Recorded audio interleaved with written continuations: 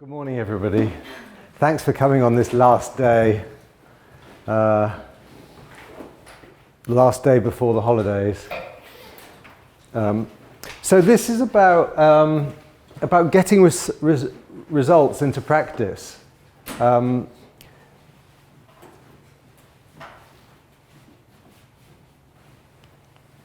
Until March the 10th, 2010, I didn't know anything about how to get research into practice because I didn't have anything useful to say.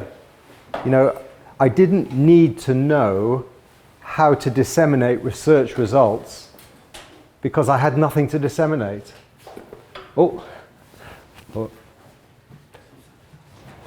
So, but on the 10th of March 2010, all of that changed. And so I suddenly found myself in a position of having something useful to say and not knowing how to say it. So we'd been working on, as I've told you many times, we were very interested in this treatment, tranexamic acid. And it's a treatment that's sold for heavy menstrual bleeding and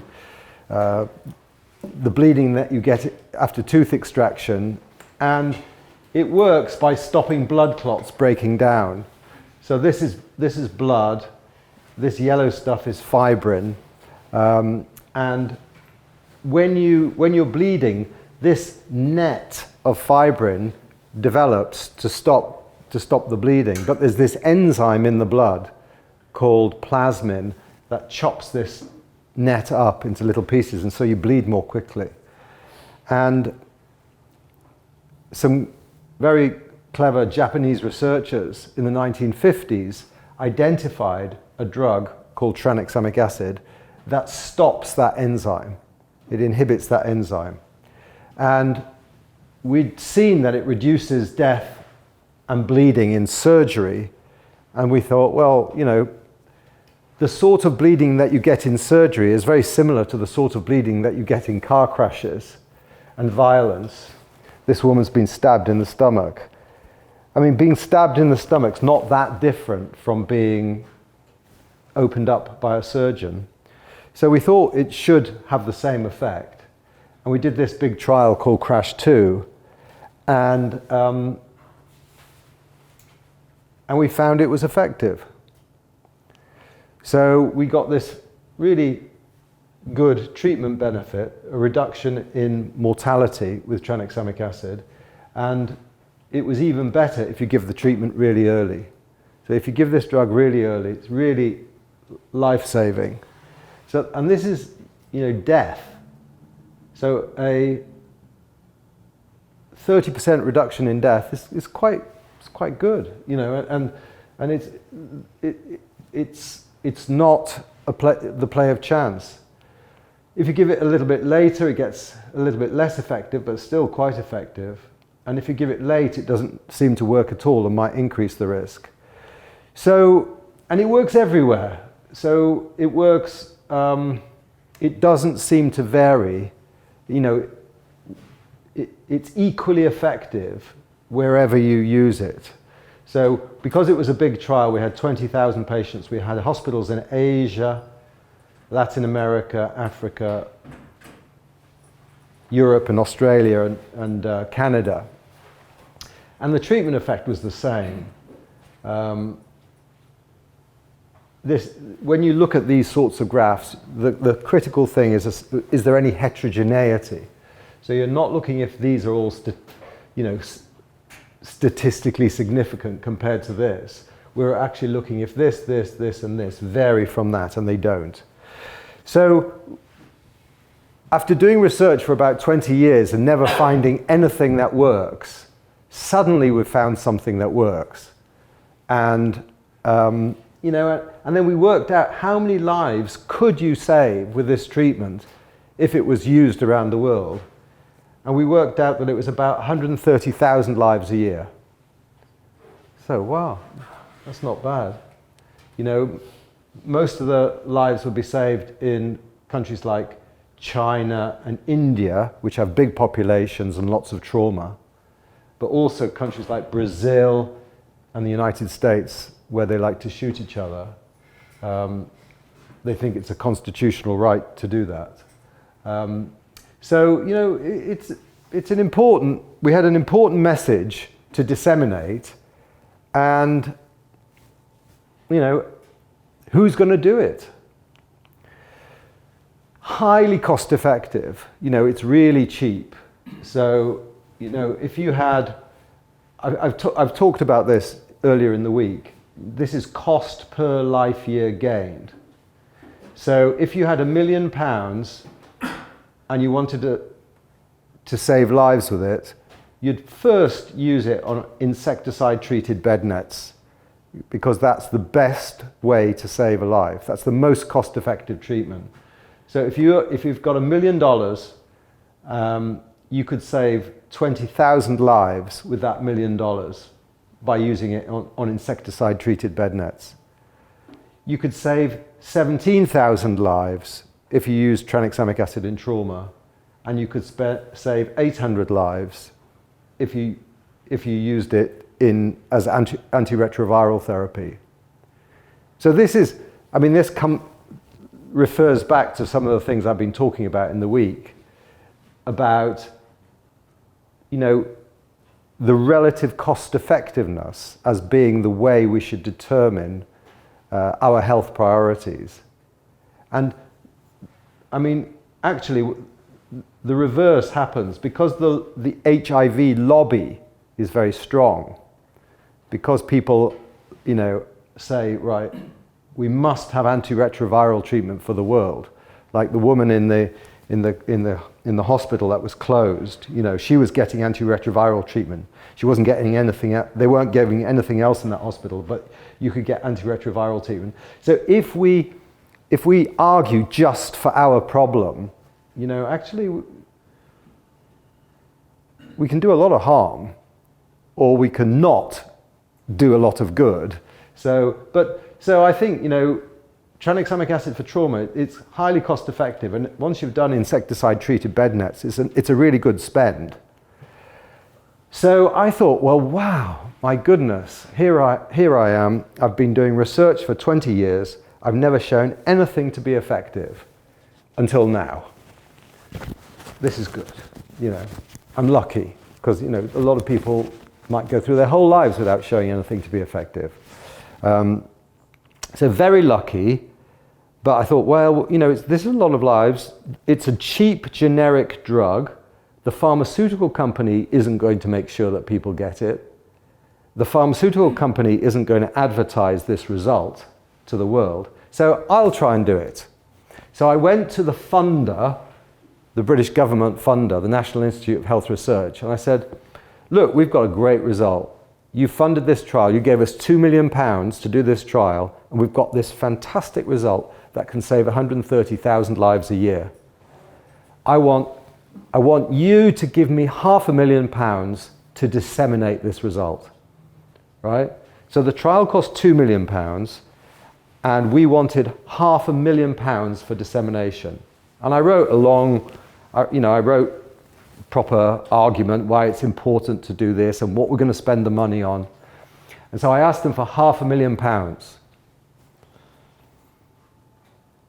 And they gave us 10,000. Right? They gave us 10,000. I mean, I don't know if that's good news or bad news. It could have been worse. It could have been worse, but it wasn't much better than worst. You know, we thought, oh, we can do we've really got an important message to send to the world. Now, if you can invest £2 million in generating this knowledge, surely you can invest £500,000 in disseminating this knowledge. But they said, no, it's not our job. And I thought, okay. Well, okay, so we take £10,000. And then that's a bit of a problem now, you know. Well, first of all, who believes it's my problem? I mean, to what extent do you believe that the researcher has got an obligation to disseminate results if they're important? Is it the researcher's job or somebody else's job? What do you think?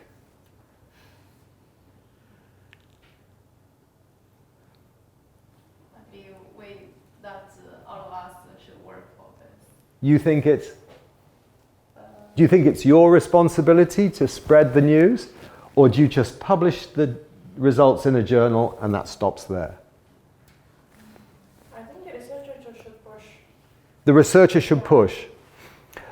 I find some people feel the researcher should push, and other people think it's not the researcher's responsibility. Maybe we could have a show of hands. Who think it's the researcher's responsibility? Okay, so quite a few people think, and who thinks it's not their responsibility? Epidemiologist. Yeah, the responsibility of the statistician or the epidemiologist. Not the researcher.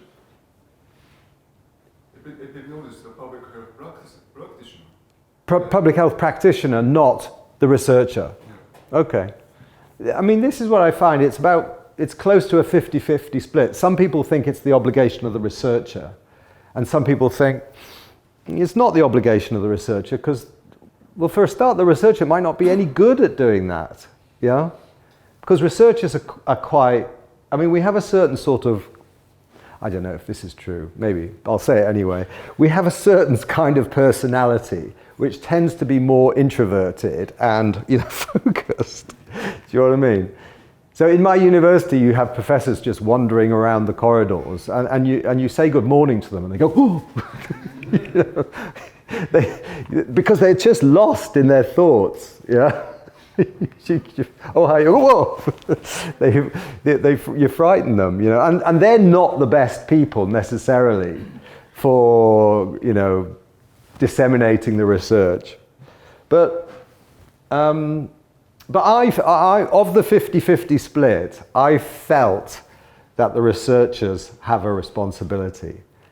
In fact, I feel that I trained as a doctor and then I moved into epidemiology because I felt that that's a more effective way of being a doctor.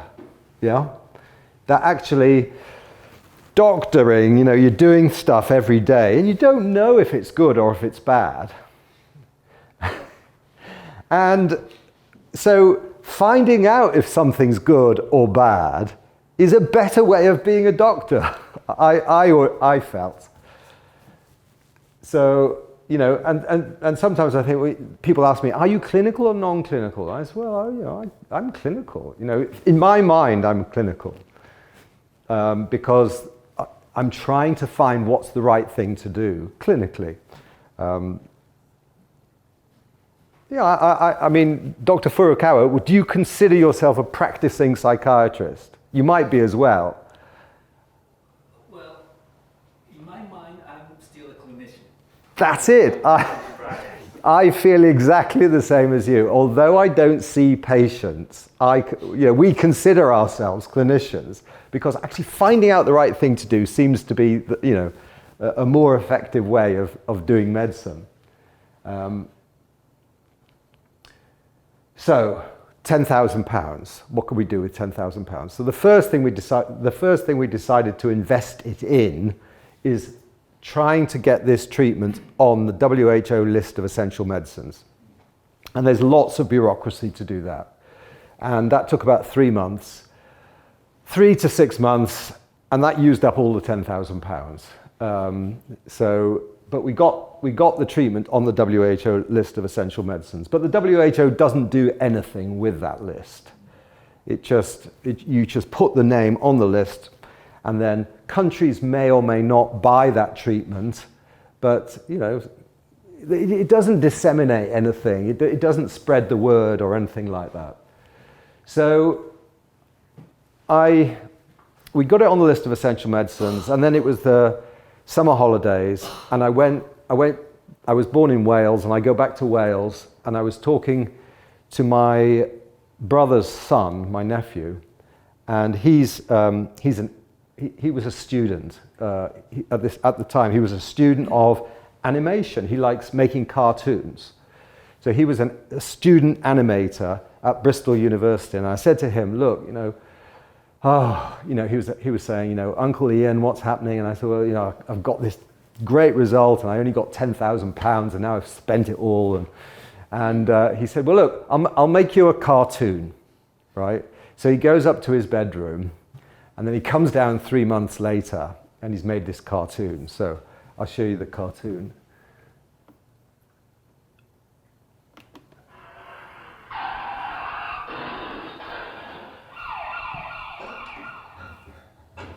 Systolic 100.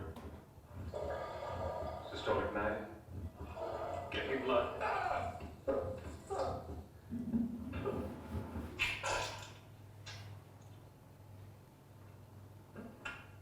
Tranexamic acid, given within 3 hours of injury, reduces the risk of bleeding to death by 30%.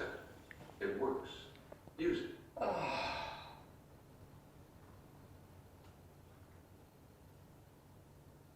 So he made that, and we thought, all right, so we posted it on YouTube, and it was very popular.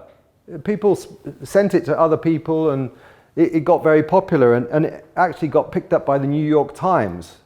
So the New York Times wrote an article about it, and that made lots of people look at it. And then I thought, this is great. You know, we've got this viral video going about tranexamic acid and it's really cheap.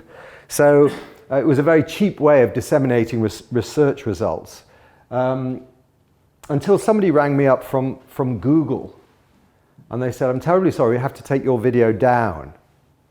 And I said, why? It's going so well, you know, why do you have to take it down? And they said, well, you're advertising a drug to the public, and you know, you can't do that. So, you know,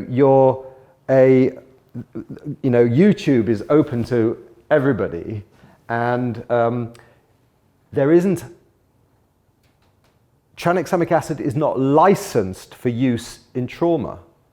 It's licensed for use in heavy menstrual periods. You know, I could have made a video about heavy menstrual periods, but you can't make a video about trauma because it's not licensed for that use. Disappointed that I had to take it down.